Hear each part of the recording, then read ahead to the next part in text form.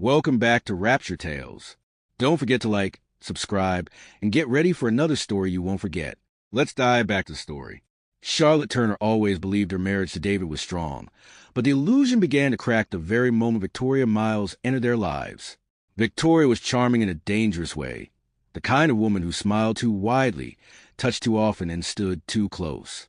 Charlotte noticed it instantly. The subtle brushing of Victoria's hand on David's arm, the loud laugh she used only when he spoke, and the overconfident energy that made every room tilt in her direction. David dismissed her concerns, swearing it was nothing, but Charlotte felt a strange chill in her stomach, a warning she couldn't explain. The world she once considered safe suddenly felt uncertain, as though someone had quietly opened the door to a storm she didn't see coming. Charlotte tried to ignore the discomfort, but Victoria only became bolder. She began to call David late at night under the pretense of urgent work, always choosing a tone that felt more intimate than necessary.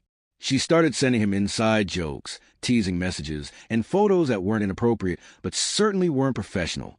Charlotte confronted David once, but he insisted Victoria was harmless, a little dramatic, but harmless. Yet something about her eyes, sharp, calculating, hungry, told Charlotte there was a sleeping danger underneath all that fake sweetness. She didn't know how bad it would get, or that her life was about to be violently shaken apart. The accident happened on a quiet Thursday evening, when Charlotte was driving home, humming softly to herself, thinking about nothing in particular. One moment she was turning at the junction, and the next the brakes failed completely, sending her car spinning violently into a street pole. The impact was crushing, the world collapsing into twisted metal and flashing sirens. Charlotte's eyes fluttered as paramedics pulled her out, the world fading into a haze she couldn't escape. By the time she reached the hospital, she was unresponsive, breathing, but trapped in a terrifying silence she couldn't break. Doctors called it a coma, though Charlotte's consciousness was painfully alive beneath the stillness. She heard voices, felt hands, sensed movement, but her body was an empty cage refusing to cooperate. The fear was overwhelming, the helplessness suffocating. Her mind screamed, cried, begged for someone to hear her, but not a sound escaped her lips. The world outside her unmoving body continued, unaware she was trapped in every second. She didn't know that the truth behind her crash was far darker than a simple accident. Victoria Miles entered Charlotte's hospital room with a face brimming with fake sympathy, sighing dramatically as she placed her hand over her heart. To anyone watching, she appeared heartbroken for the poor wife. But the moment she realized she was alone, her entire expression shifted into something cold and triumphant. She stepped closer to Charlotte's bed, lowering her voice into a cruel whisper. She laughed softly, almost sweetly, before confessing that she had tampered with Charlotte's brakes, ordered a mechanic to loosen the lines, so the car would fail at the perfect moment. Charlotte heard every word. Panic exploded through her, her mind fighting violently against her paralyzed body. Victoria leaned closer, revealing even more.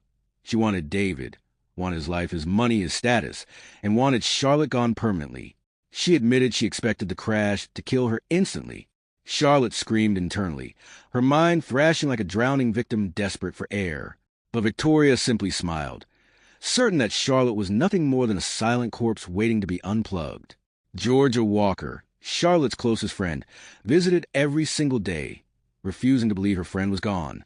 She noticed Victoria lingering too often, acting overly helpful, inserting herself into David's grief with unsettling eagerness.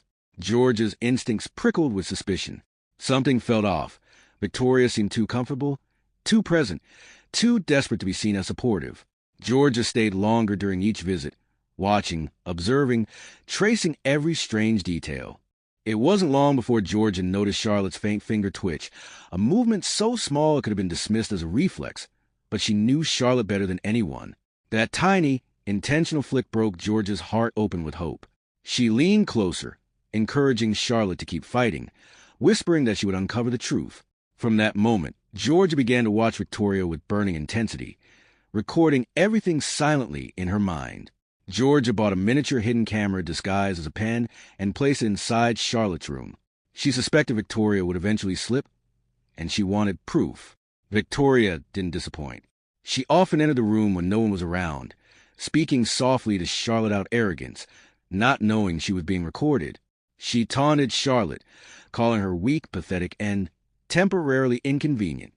The camera captured every cruel smirk, every self-incriminating word, every confession masked behind fake compassion. David, consumed by grief and guilt, welcomed Victoria's constant presence, mistaking her manipulation for support. Georgia watched this with growing dread. Victoria slowly began removing Charlotte's presence from David's life, suggesting he pack away her things, delete old messages, or move forward. Georgia's anger grew as she realized Victoria wasn't trying to comfort David. She was trying to replace Charlotte entirely. Detective Alan Harris was assigned to Charlotte's crash, and though the initial report labeled it an accident, something didn't sit right with him. There were inconsistencies in the brake damage, marks that suggested tampering rather than wear. The mechanic who serviced Charlotte's car had a nervous energy that didn't match his story. Harris began digging deeper, following small clues that pointed to something planned rather than accidental. Days later, Harris traced an unexplained payment to the same mechanic. Money transferred from an unregistered account Victoria used. The mechanic cracked under pressure and confessed. Victoria had paid him to weaken Charlotte's brakes. Harris realized this was no simple sabotage. It was attempted murder. His urgency increased, his determination sharper than ever. Victoria began to sense the walls closing in and grew more erratic.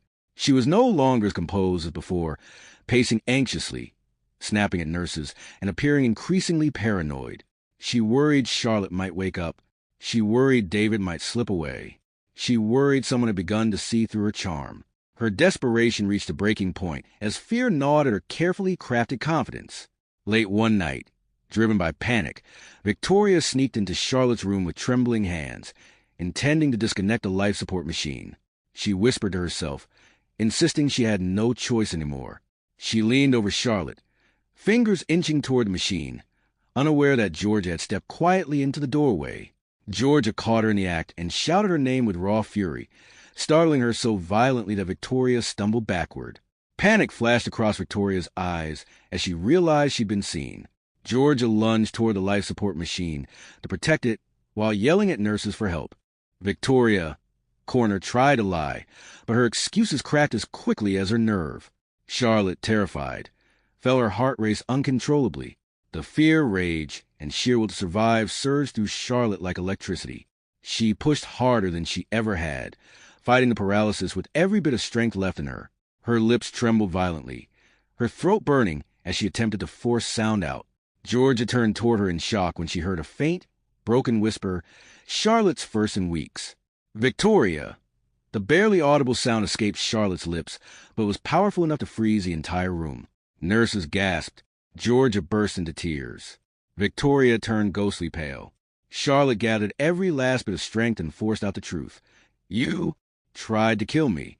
Her words hung heavy in the room, undeniable and damning. Victoria's entire world collapsed in an instant. With Charlotte awake, George's recordings and Detective Harris's evidence, Victoria was trapped. Harris arrived within minutes, confronting Victoria with the mechanic's confession and the financial records. Victoria broke down completely, screaming, crying, begging, and denying, but the truth was undeniable. Her manipulative charm disintegrated as officers restrained her and read her charges. David watched in devastated silence as the woman he trusted exposed herself as a monster. The betrayal cut deeper than anything he had ever felt.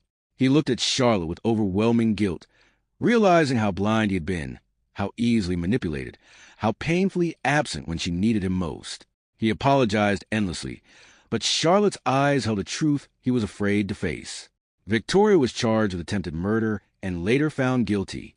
The courtroom echoed with her desperate pleas, but no one believed her anymore. She was sentenced to a long prison term, leaving behind a life she tried to steal. The victory was bittersweet, but justice was served, and Charlotte could finally begin healing. Charlotte's recovery was slow, painful, and filled with emotional wounds far deeper than the physical ones. Georgia stayed by her side through every step, helping her rebuild piece by piece. David tried to help, but the damage between them ran too deep. Charlotte forgave him eventually, not for him, but for herself. She refused to carry bitterness any longer. In time, Charlotte made the hardest choice. She ended their marriage. She wished David well, but chose herself for the first time in years. She moved into her own home, embraced her independence, and allowed herself to breathe freely again. Her life no longer belonged to anyone else's desires, fears, or manipulations. Charlotte found liberation in letting go, not just of David, but of the pain, the betrayal, and the helplessness of her coma. She reclaimed her voice, her strength, and her future. With Georgia by her side, she began writing a new story for herself, one crafted with courage and hope, not fear. She stepped into the world reborn, determined never to be silenced again. And for the first time in a long time, Charlotte Turner felt truly alive. That's all for today. Like, subscribe, and see you in the next episode. Stay tuned.